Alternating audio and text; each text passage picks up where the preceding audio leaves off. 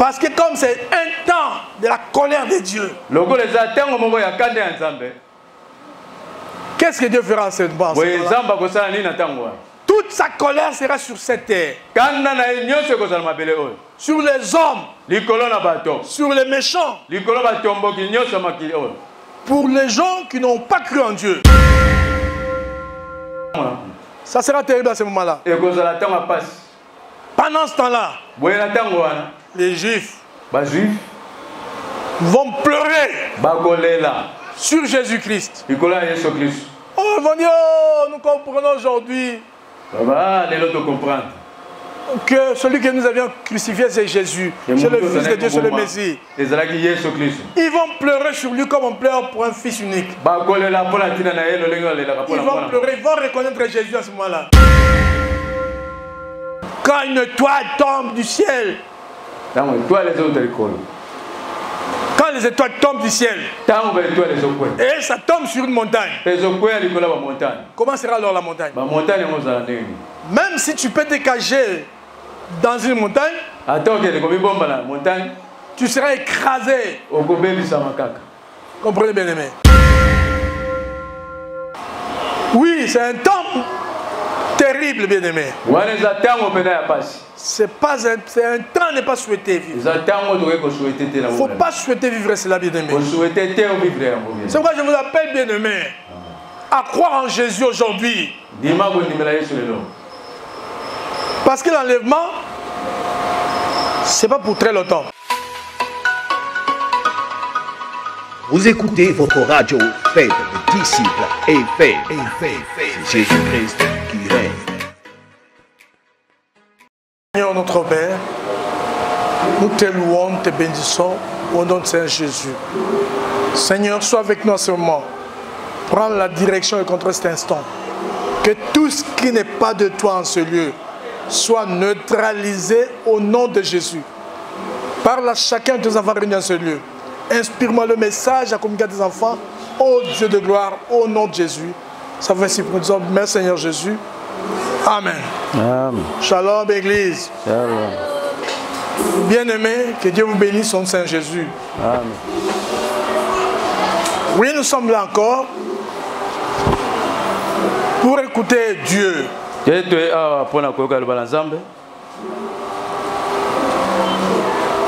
Pour écouter, s'il vous plaît, la parole de Dieu. Parce que Jésus lui-même a dit, l'homme ne vivra pas de pain seulement, mais de toute parole qui sort de la bouche de Dieu. Alors aujourd'hui, nous allons parler de la grande tribulation. Et nous allons l'introduire plutôt. Parce que nous n'aurons pas assez de temps. Parce qu'on doit aller à faire la Sainte Seine. Je vais seulement introduire. Dieu voulant, par la grâce de Dieu, peut-être les dimanches prochains, on va continuer avec le reste. La grande tribulation. C'est quoi ça? C'est quoi la grande tribulation? C'est quoi la grande tribulation? Grande tribulation et zapedani. Oui, je vais essayer de résumer, bien aimé. De vous donner une idée. Je vous ai toujours dit, comme l'apôtre Paul nous dit, que un jour Jésus viendra. Lors de l'enlèvement, il viendra nous prendre, nous attirer à lui. Et nous irons à sa rencontre dans les airs. Mais les gens qui resteront, les chrétiens qui ne seront pas prêts, parce que souvent quand nous prions, il y a ceux-là qui ne sont pas prêts, qui ne se sont pas encore donnés au Seigneur. Ça peut être ton cas. Tu pries mais tu n'es pas prêt. Tu continues à vivre toujours dans le péché. Bien-aimé, si tu es ainsi, malheur à toi. Parce que la grande tribulation vient. Et elle arrive sûrement. Quelqu'un peut nous lire Apocalypse chapitre 14, Apocalypse 16, verset 14. Apocalypse chapitre 14, verset 20. Ou Apocalypse 16, verset 14. Apocalypse 16, verset 14. Quelqu'un peut nous lire ça?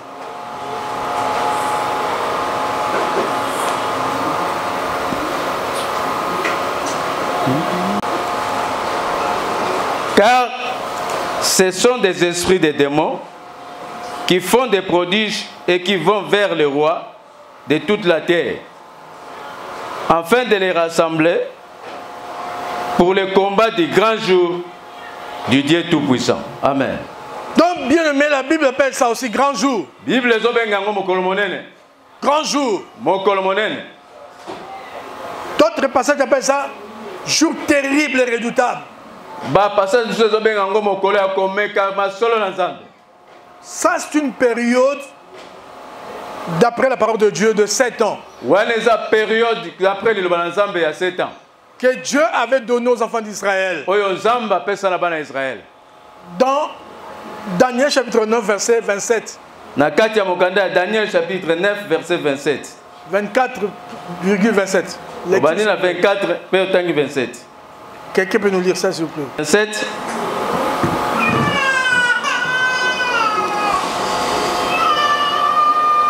Il fera une solide alliance avec plusieurs pour une semaine, et durant la moitié de la semaine, il fera cesser les souffrances et l'offrande. Le dévastateur commettra les choses les plus abominables jusqu'à ce que la ruine et ce qui a été résolu fondent sur le dévastateur. La Bible nous parle ici qu'un jour viendra où le dévastateur, que nous appelons l'Antichrist, parce que cette période-là, c'est la période où l'Antichrist régnera. Cette période, c'est la grande tribulation. Qu'est-ce qui se passera? Ça sera une période de 7 ans. L'Antichrist, quand il viendra, les 7 ans-là, c'est divisé en 2 grandes parties. 3 ans et demi, plus 3 ans et demi. 3 ans et demi, 3 ans et demi. La Bible dit quand il viendra, il fera une solide alliance avec Israël. Il va promettre à Israël la sécurité, la liberté de culte. Et l'adoration sera restaurée dans le temple. C'est pourquoi nous disons, nous voyons par là que le temple sera rebâti. Parce que il va garantir le culte d'adoration dans le temple. Et après quelques temps, au milieu de la semaine, parce que c'est une semaine, c'est pour 7 ans. Donc, un jour, c'est une année, donc 7 ans. Donc un jour, c'est une année, c'est 7 ans. Au milieu de 7 ans, il va arrêter avec le sacrifice. Il a dit arrêtez. Il va arrêter tout ça. Et lui-même s'autoproclamera Dieu. Il va s'appeler Dieu. Et les gens vont commencer à l'adorer. Les gens vont l'adorer. Ça, c'est mal bien-aimé qui va instaurer la marque de la bête. Je vous ai dit aujourd'hui, j'introduis seulement. Ça, c'est moi qui va instaurer la marque de la bête. Tu ne pourras pas vendre ni acheter la marque de la bête. Et beaucoup vont l'adorer. La Bible dit c'est dont les noms ne sont pas inscrits dans le livre de vie. Vont l'adorer. C'est la bête. La Bible dit il va dire des paroles arrogantes vis-à-vis de Dieu. Et pendant ce temps-là, bien aimé, la Bible dit, parce que comme c'est un temps de la colère de Dieu, qu'est-ce que Dieu fera en ce temps? Toute sa colère sera sur cette terre, sur les hommes, sur les méchants, pour les gens qui n'ont pas cru en Dieu, pour les méchants, pour les pécheurs, Dieu va les punir à ce moment. Qu'est-ce qui se passe en ce temps-là? Parce que de vous donner une idée. Dans Apocalypse 6, verset 12 à 17, vous lirez ça à la maison. Apocalypse chapitre 6, verset 12. Beaucoup de commentateurs bibliques sont d'accord pour dire que dans Apocalypse chapitre 6, premier verset, jusqu'à Apocalypse 19, verset 21, nous parle de la grande tribulation. Beaucoup plus de 3 ans et demi, les derniers 3 ans et demi. Parce que les 3 premières années, les 3 ans et demi, les premières 3 ans et demi, c'est une période de paix. Où l'Antichrist fait une alliance avec Israël pour leur promettre la sécurité et rétablir l'adoration dans le temple. Et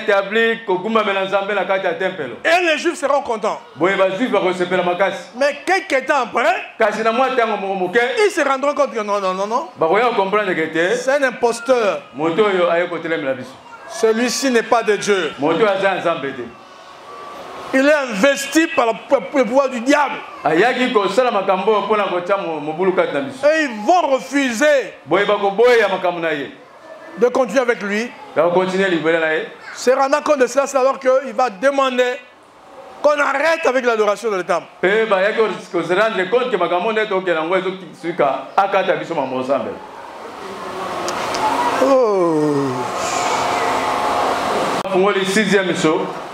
Pendant cette période-là, la colère de Dieu s'abattra sur cette terre. Qu'est-ce qui se passera? Quand on va ouvrir le 6e sceau, ça c'est Apocalypse 6, verset 12. Jusqu'à verset 17, il y a un grand tremblement de terre. Le soleil devint noir comme un sac de crin. La lune devint comme du sang. Les étoiles du ciel vont tomber sur la terre comme un figuier secoué par un vent violent. Jette ses figues vertes. Le ciel se retira comme un livre qu'on roule. Le ciel se retira comme un livre qu'on roule. Et toutes les montagnes et les îles furent remuées de leur place. Le roi de la terre, concentré, les grands, les chefs militaires, les riches, les puissants, tous les esclaves et les hommes libres se cachèrent dans les cavernes et dans les rochers. Dans le rocher, il disait aux montagnes, et aux rochers. Tombez sur nous. Cachez-nous devant la face de celui qui est assis sur le trône et devant la colère de l'agneau. Car le grand jour de sa colère est venu. Et qui peut subsister, bien-aimé? Bien-aimé, aujourd'hui nous prions. C'est vrai. De fois, nous sommes libres. Nous disons nous sommes libres, nous faisons ce que nous voulons. Mais il y a un temps. Si tu rates l'enlèvement, c'est difficile, bien aimé. Les gens qui passeront dans la grande tribulation, c'est pénible. Ils verront des choses qu'ils n'ont jamais vues. La Bible ici dit ceci. Le soleil que vous voyez deviendra noir. Et la lune deviendra comme du sang. Et les étoiles vont tomber du ciel. Représente toi-même. Une étoile tombe du ciel. Les étoiles tombent du ciel. Comme un figuier secoué par le vent. Comme une mangue. Le manguier. Quand on secoue le manguier, quand ça fait tomber les mangues, et ça soit les étoiles qui tombent, qu'est-ce qui va se passer ici, ma bien-aimé? Ça sera terrible, bien-aimé. Ça sera des moments où on ne peut pas souhaiter vivre. La Bible dit en ce temps-là, il y aura même des sauterelles terribles. Dans Apocalypse chapitre 9. Apocalypse chapitre 9. Où les sauterelles vont commencer à tomber, les sauterelles viendront. Ils vont commencer à piquer les gens. Les gens désireront mourir. Ils vont rechercher la mort ne sera pas là. La mort dira, moi je ne suis pas là. Tu dois subir la colère de Dieu. Bien-aimé, cette colère de Dieu, c'est pour punir les habitants de la terre. Comme je dis, j'introduis seulement un peu aussi, parce que nous avons Sainte-Seine. Peut-être le dimanche prochain, on va continuer avec ça. Oui, bien-aimé. Et en ce moment-là, pendant la grande tribulation, il y aura la marque de la bête. Et qu'on appelle la marque de la bête. Si tu prends la marque de la bête, si tu prends la marque de la bête, toi et Dieu, c'est fini. Tu as le signe du diable. Comprenez bien, aimé. La grande tribulation. Toutes les nations de la terre se réuniront. Et c'est Dieu qui va les réunir pour qu'ils attaquent Israël.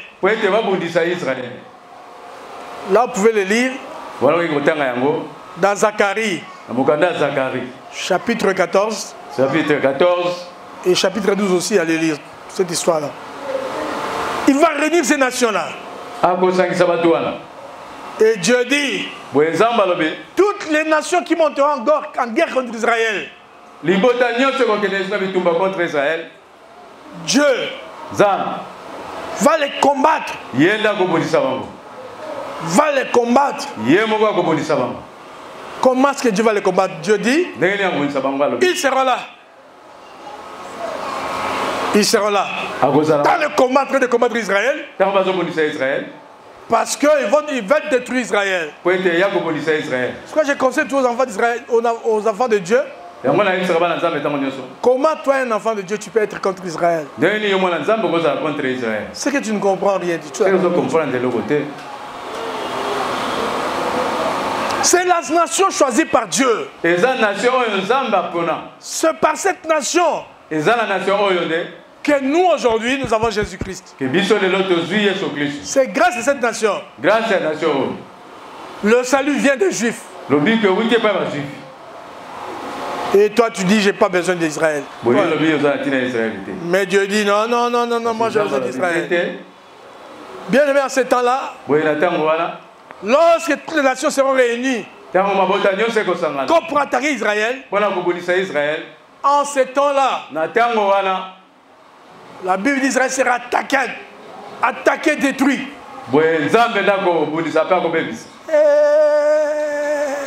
Lorsqu'ils viendront attaquer Israël, que fera Dieu?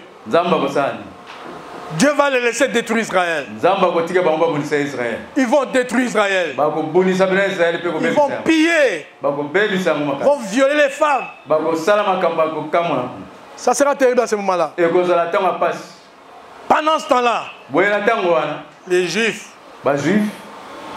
vont pleurer sur Jésus-Christ. Oh, ils vont dire, oh, nous comprenons aujourd'hui que celui que nous avions crucifié, c'est Jésus. C'est le Fils de Dieu, c'est le Messie. Ils vont pleurer sur lui comme on pleure pour un fils unique. Ils vont pleurer, ils vont reconnaître Jésus à ce moment-là. Pendant ce temps-là, Dieu va déverser sur eux un esprit de grâce pour qu'ils reconnaissent le Seigneur. Et la Bible dit en ce temps-là, les Juifs reconnaîtront le Seigneur. Ils vont l'appeler, Et en ce temps-là, les Juifs vont recevoir Jésus-Christ. Ils vont croire en lui. On dit, viens nous sauver, on est foutu. On veut nous détruire. Et en ce temps-là, bien aimé, Jésus descendra du ciel. Pas comme lors de l'enlèvement. Lors de l'enlèvement, il s'arrêtera dans les airs. Et nous irons à sa rencontre. Mais à la fin de la grande tribulation, il va descendre sur le mont des Oliviers. Sur le mont des Oliviers. Il va descendre là-bas. Et le mont des Oliviers va se fendre en deux. Va se fendre en deux. Et en ce temps-là, va faire en sorte que entre eux, les combattants, les gens qui étaient venus attaquer Jérusalem, vont s'entretuer. Et pendant ce temps-là, la colère de Dieu va s'abattre sur eux. Dieu dit qu'est-ce qu'ils subiront ces gens-là. Ils seront sur leurs pieds comme ça. Directement leurs yeux commencent à pourrir. Leur langue commence à pourrir. Pendant qu'ils sont encore vivants. Bien aimé, on ne joue pas avec Dieu. Crois en Dieu aujourd'hui. Il ne faut pas attendre ce temps-là, ça sera terrible. Comprenez? Il y aura des événements bizarres qui se feront à ce moment-là. Ce n'est pas souhaitable de vivre ça.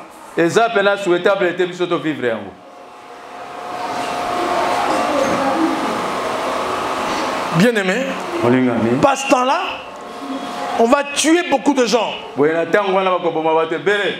Les chrétiens qui n'étaient pas prêts vont dire, nous comprenons qu'il y a eu un enlèvement, les gens sont partis. Nous sommes restés. Apocalypse 7, verset 14. Nous sommes restés. Et ces gens-là vont croire en Jésus-Christ, ces moments-là. Ils seront tués. Parce qu'ils vont refuser la marque de la bête. Ils vont refuser la marque de la bête. Et ils seront tués. D'où les martyrs de la grande tribulation, dont nous parle Apocalypse chapitre 7, verset 14. Ils seront tués. Et si toi tu n'es pas encore prêt jusqu'à ce jour. Toi qui me suis, tu n'es pas encore prêt. Tu vis toujours dans le péché. Tu risques de rater l'enlèvement. Quand l'enlèvement viendra, parce que nous ne connaissons pas le jour ni l'heure. Nous ne connaissons pas l'heure, nous ne connaissons pas le jour. Mais nous connaissons les saisons. Nous connaissons les moments. Parce que Dieu lui-même l'a dit. Il a donné des signes. Quand on verrait si cela arrivait, attention. Bien aimé, il y a beaucoup de signes qui se sont accomplis. Et ce que nous attendons aujourd'hui,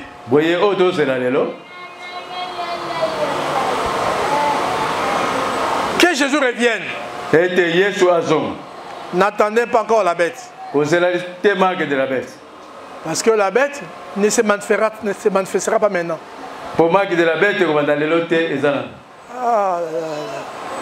Il y a un temps là dans Thessaloniciens. Les Thessaloniciens croyaient qu'il y a déjà eu l'enlèvement. Et ils craignaient. Ah, il y a déjà eu enlèvement. Et nous sommes restés. Tel est mort, tel est parti. Et surtout, pour eux, quand Jésus est ressuscité d'entre les morts, il y a eu des gens qui étaient ressuscités avec lui. En ce jour-là. Si vous voulez lire, allez lire dans vos maisons. Votre maison, dans Matthieu chapitre 7, Matthieu 27, verset 51 à 53. Vous lisez ça à la maison. Je pensais que la résurrection a déjà eu lieu. Mais Paul leur dit, mes chers frères, que personne de vous séduise d'aucune manière.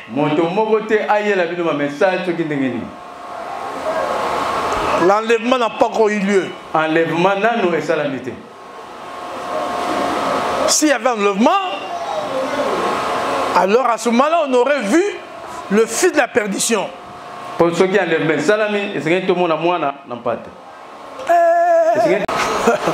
Alléluia. Amen.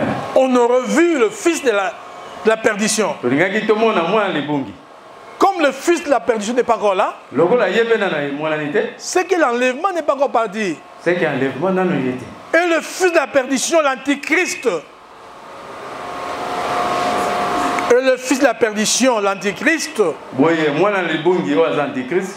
ne se manifestera qu'en son temps.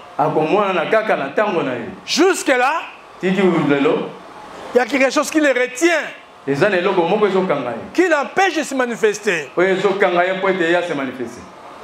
Beaucoup de gens se sont toujours dit, au juste, qu'est-ce qui le retient? Les gens cherchaient. Qu'est-ce qui les retient au juste? D'autres ont dit, ce qui le retient doit être le Saint-Esprit. Oh, c'est le Saint-Esprit qui le retient. Mais d'autres encore disent non, c'est pas vrai. C'est pas le Saint-Esprit. Parce que pendant la grande tribulation, le Saint-Esprit sera à l'œuvre. Parce que certaines personnes croiront en Jésus-Christ pendant cette période. Personne ne peut croire en Dieu, en Jésus-Christ sans le Saint-Esprit. Donc c'est pas le Saint-Esprit, c'est l'Église. C'est l'enlèvement. Le jour de l'enlèvement. Parce que l'Église, Dieu a donné à l'Église de pouvoir de marcher sur la puissance de l'ennemi, sur les serpents et les scorpions. En quelque sorte, c'est l'Église qui empêche le diable, qui empêche l'antichrist de se manifester. Pourquoi? Parce que nos prières, la prière que les enfants de Dieu font, empêche même au diable d'agir avec toute sa puissance. Ça, vous le savez aussi. Dans votre cahier, dans vos maisons, tes prières à toi empêchent certains sorciers de se manifester librement. Ils ont empêché Bandoki Mosusu de se manifester librement dans l'Ibotana. Et le jour où l'église s'envolera, où l'église sera enlevée, qu'est-ce qui se passera? En ce moment-là, l'antéchrist se manifestera librement avec la puissance de Satan. Il va se manifester. En ce moment, il va se manifester. Il viendra avec la marque de la bête. Parce que jusqu'à aujourd'hui, certaines personnes craignent la marque de la bête. Ils disent déjà que nous sommes dans le marque de la bête. Avec le problème là de je ne sais pas quoi. Les vaccins qu'on sort là, c'est la marque de la bête.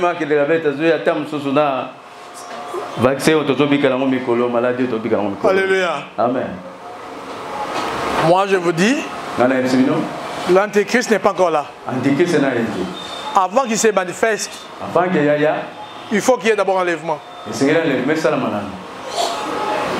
Il faut qu'il y ait d'abord l'avènement de Jésus. Après quoi il se manifestera. Toi tu ne le connaîtras pas parce que tu seras déjà enlevé. Nous les enfants de Dieu nous serons déjà enlevés. Ce sont ceux qui ne sont pas prêts qui vont les reconnaître seront que celui-ci est l'antéchrist. Que personne aujourd'hui vous dise regarde-moi l'antéchrist il est là au point. Pourquoi? Parce que tu ne peux pas le reconnaître aussi longtemps. Il n'y a pas aussi longtemps que l'église n'est pas encore partie. Parce qu'il est empêché par l'église. Lorsque l'église s'envolera, il se manifestera bien. La grande tribulation bien-aimée. Ça c'est la première partie. Oui, c'est un temps terrible, bien-aimé. C'est un temps n'est pas souhaité vivre. Il ne faut pas souhaiter vivre cela, bien-aimé. C'est pourquoi je vous appelle, bien-aimé, à croire en Jésus aujourd'hui. Parce que l'enlèvement, ce n'est pas pour très longtemps. Dieu continue à en parler aux gens, beaucoup de gens. Oh, Dieu continue à en parler à plusieurs personnes. Que nous sommes proches de l'enlèvement. Nous ne sommes pas loin de l'enlèvement. Mais dernièrement, le dimanche passé, j'avais reçu un papier. Quelqu'un me l'a donné. Un pasteur nous l'a envoyé. Semble-t-il que Dieu lui a parlé. Pendant que nous prêchons ces choses, Dieu lui a envoyé. Dieu l'a envoyé pour nous dire que l'enlèvement c'est pour bientôt. C'est ça le message qu'il a eu. Il est venu nous apporter cela. Pendant que nous sommes en train de parler de ces choses. Moi, je dis gloire à Dieu. Oui, nous sommes en train de faire ça par la grâce de Dieu. Parce que nous sommes conduits par l'Esprit de Dieu. Il nous apporte ça. Un papier là. Nous disons qu'attention, attention. Jésus à la porte. C'est une révélation que Dieu lui a dit. Bien-aimé, moi je dis merci beaucoup. Comme on m'a envoyé cela, que Dieu soit loué. Bien, faites très attention. Le monde que tu vois subira la colère de Dieu. La grande tribulation. Il ne faut pas confondre. Je dis la grande tribulation, tout court. Grande tribulation. C'est pas souhaitable, bien-aimé. Pourquoi je dis, il ne faut pas confondre ça avec ce que la Bible nous dit, ce n'est pas beaucoup de tribulations que nous entrerons dans le royaume des cieux. Ça, c'est des tribulations, des problèmes que nous pouvons avoir dans la vie. Mais ça, c'est terrible. Je vous ai dit, c'est terrible. Il y aura beaucoup de phénomènes terribles qui vont se passer. Les étoiles vont tomber du ciel. La lune deviendra noire. La lune ne donnera plus sa clarté. Comment sera le monde à ce moment-là? Le monde sera comment à ce moment-là? Le monde sera comment à ce moment-là? Quand il n'y a plus de soleil. Le soleil devient noir. La lune rouge comme du sang. Et les étoiles commencent à tomber du ciel. Toi, tu iras où? Tu vas te cacher où? Dans votre maison? Tu vas te cacher dans votre maison.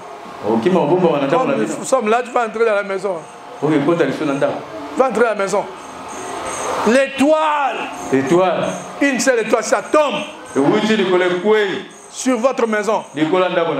Que deviendra votre maison? Si ça tombe sur toi, comment seras-tu? Et ça sera terrible, bien aimé. Et mais malheureusement, certaines personnes vont fuir. Ils vont fuir. Ils vont aller se cacher dans les rochers, dans les montagnes. Montagne, couvre-moi. Rocher, couvre-moi. Ils seront seuls. Ils sont en train de subir la colère de Dieu. Cache-moi devant la face de l'agneau. Cache-moi pour que je ne puisse pas subir sa colère. Et vous savez ce que les montagnes diront? Et nous ne voulons pas avoir de problèmes. Moi je suis une montagne. Je ne pèse pas. Quand une étoile tombe du ciel, quand les étoiles tombent du ciel et ça tombe sur une montagne, comment sera alors la montagne? Même si tu peux te cacher dans une montagne, tu seras écrasé. Comprenez bien aimé. De tels messages, beaucoup de gens n'aiment pas ça. Ça fait peur. Ah, vous ne voulez pas avoir peur. Mais moi je veux que vous ayez peur. Vous avez plutôt la crainte de Dieu. Ne craignez pas ces choses, mais craignez Dieu. Parce que c'est Dieu qui l'a dit, il le fera. C'est pourquoi nous devons craindre Dieu. Nous repentir, fuir le mal. Vous tous qui nous suivez, bien-aimés, craignez Dieu. Peut-être me suivez à travers la télévision ou bien à travers la radio. Craignez Dieu. Ne craignez pas ces choses qui arriveront. Mais craignez plutôt Dieu qui est capable de vous épargner de ces choses-là. Parce que Dieu a promis d'épargner son église de ces choses-là. Dans la Bible dit Dieu ne nous a pas destiné la colère. Il ne nous a pas destiné la colère. Dieu ne nous a pas destiné à la colère. C'est pas pour nous. C'est pour les méchants. Pour les pécheurs. Pour les gens qui détruisent la terre. Mais pas pour toi, mon frère. Crains Dieu. Crois en lui, viens en lui. Et qui sera épargné ces choses-là? Le jour où Jésus viendra, toi tu seras enlevé. Dès que tu seras enlevé, la colère de Dieu s'abattra sur cette terre. Dieu voit ce que les gens de cette terre font. Il est là chez lui, il regarde. Ils voient ce que ces gens de la terre font. Ils voient ce que bon leur semble. Ils s'en foutent de Dieu. Bien-aimé. Mais qu'ils sachent que un jour ils subiront la colère de Dieu. Et ça sera terrible. Ce n'est pas encore le temps de la fin. Ce n'est pas encore le jugement dernier. Mais la grâce pendant la grande tribulation. Une tribulation terrible. Ils vont chercher de la boire. L'eau deviendra du sang. Qu'est-ce que vous allez boire? Vous allez boire quoi? Du sang? L'eau deviendra comme du sang. Qu'est-ce que vous allez boire? Pendant ce temps-là, les étoiles vont commencer à tomber du ciel. Et vous fuirez où? Vous fuirez où? Bien aimé, c'est maintenant. N'attendez pas le jour où Tu apprendras. Tchamanga n'est plus là. Tchamanga s'est envolé, il est parti. Beaucoup de chrétiens sont partis. Et Nathan est parti. Et Bongo est parti. Et Pessil est parti. Et nous sommes restés où? Mais pourquoi beaucoup de gens ont disparu comme ça? Ils sont partis où? Ils sont partis où? En ce moment-là, tu te rendras compte, oui, je suis resté. C'est qu'il y a réellement l'enlèvement. Nadine est partie. Nathalie est partie. Elie est partie. Moi je suis resté. Alléluia. Mais Dieu est resté parce que tu n'es pas prêt. Tu n'étais pas prêt. Tu priais comme à l'aventure. Tu blaguais pour ta vie chrétienne. Tu ne voulais pas te repentir. Tu étais toujours avec ton péché là. Ton péché là, tu l'aimais beaucoup. Ça t'a bloqué, ça t'a freiné.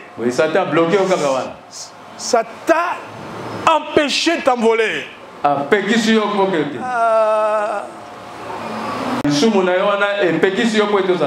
C'est maintenant bien aimé. Débarrasse de ton péché là. Ce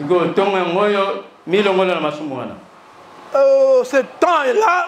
Débarrasse-toi de ton péché. Alléluia. Amen. Quel est ton péché? Moi je ne connais pas. Mais toi seul, tu sais comment est-ce que tu mens. Le mensonge de ta bouche, c'est comme la vérité. Tu mens trop. Abandonne le péché. Abandonne le mensonge. Abandonne l'impudicité. Abandonne l'adultère. Change de vie, bien-aimé. Si tu veux être enlevé, débarrasse-toi de ces choses-là. Croyez en Jésus-Christ. Si tu dis, moi j'aime les montres. Les montres c'est bien. Hein? Moi j'aime me prostituer. Parce que mes prostitutions, j'ai l'argent. Eh bien aimé, c'est le péché. Tu iras en enfer pour ça. Si l'enlèvement a lieu aujourd'hui, toi tu vas manquer. Tu vas manquer le rendez-vous des enfants de Dieu à cause de ton péché. Tu vas rester. Que Dieu vous bénisse. Je dis, aujourd'hui c'est rien que l'introduction par la grâce de Dieu. Pour vous donner une idée. C'est que c'est l'enlèvement. Nous ne sommes pas encore vraiment dans le fond. Je vais vous la semaine prochaine. On parlera de beaucoup d'autres choses. Les choses qui auront lieu, qui se passeront pendant ce temps-là. La grande tribulation. Je vous ai dit que beaucoup de commentateurs bibliques disent ceci. Si vous lisez après chapitre 6, premier verset, jusqu'à Apocalypse chapitre 19, verset 21, tout ça nous parle les 3 ans et demi, les derniers 3 ans et demi. C'est la grande tribulation. Daniel chapitre 6, répentez-vous maintenant. Répentez-vous. Beaucoup de gens aiment. Reçois. Reçois l'avion. Reçois le mariage. Reçois le voyage. À ce moment, les gens disent Amen, Amen. Mais répandez-vous. Ce n'est plus d'actualité aujourd'hui. Quand tu es un tel prédicateur, on dira de toi un messager de condamnation. Mais bien aimé, c'est ça le message avec lequel Christ était venu avec ça. C'est ça le message de Christ. Christ est venu avec la repentance. Jean-Baptiste aussi a prêché la repentance. Même les apôtres de Christ ont prêché la repentance. Donc ils ont prêché tous les conseils de Dieu. Comme nous le faisons. Par la grâce de Dieu. Tous les conseils de Dieu. Nous ne voulons rien épargner. Parler de tout ce qui est nécessaire pour les enfants de Dieu. Parce qu'à la maison, si vous donnez seulement aux enfants, Du lait seulement. Des fois, ils ne sont pas rassasiés. Il faut de la nourriture solide aussi pour eux. C'est important, bien aimé. C'est quoi la parole? Nous devons prêcher toute la parole de Dieu. Tout ce qui est nécessaire, nous devons la prêcher. Toute la parole. Pas choisir, choisir ses frères spécialistes, c'est mal la foi. La bénédiction. Oh bien aimé. Dieu ne nous a envoyé pas, ne nous a pas envoyé pour ça. Oui, certes, tu auras beaucoup de gens dans votre église. Qu'est-ce que tu feras avec ces gens-là? Pendant qu'ils ne seront pas prêts pour entrer dans le royaume des cieux. Ils se votent dans le péché. Mais tu leur parles, recevez. Il va recevoir ces choses-là dans le péché. Toi-même, tu vis dans la mondanité. Tu leur parles de recevoir le ciel. Non, bien aimé, il ne faut pas croire à ces choses-là. C'est de la distraction, pure distraction. Mais répondez-vous. C'est le message qui peut te rendre heureux. Ça va te faire en sorte que tu sois prêt. Que le jour où Jésus viendra, son puissance soit enlevé. Si tu rates l'enlèvement, bien aimé, tu vas entrer dans la période de la colère de Dieu. La colère de Dieu. Pendant le temps de la colère de Dieu, les diables vont aussi agir sérieusement à ce moment-là. Parce qu'ils sont déjà partis. Oh, c'est aussi me troubler aussi. Oh, eux aussi me troubler. Ils sont restés. À ce moment-là, comment est-ce qu'il va s'attaquer à ces gens-là? Il va s'attaquer à vous. Toi, tu priais, non, tu es resté, tu verras. Il va te punir sérieusement.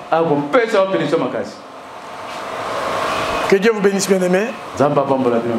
Dieu voulant, la semaine prochaine, on continue avec ce message en profondeur. Aujourd'hui, on a introduit ça pour vous donner seulement une idée. Semaine prochaine, on continue sur le message. Que Dieu vous bénisse au nom de Saint Jésus.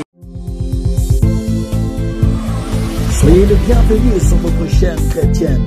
Faites des disciples TV, c'est Jésus-Christ qui règne. Une chaîne qui vous propose un large panel d'émissions gospel, telles que Jésus-Christ qui règne, Gospel École Adoration, Sur la montagne des disciples, 1 heure avec le Saint-Esprit et l'École des disciples. Faites des disciples TV. Abonnez-vous massivement sur notre chaîne, qui est aussi votre chaîne. Faites des disciples TV. Partagez nos programmes, Témoignages, les enseignements, nos prières. Faites des disciples TV. N'hésitez pas à vous connecter. Une seule adresse, un seul lieu de rencontre. Faites des disciples TV.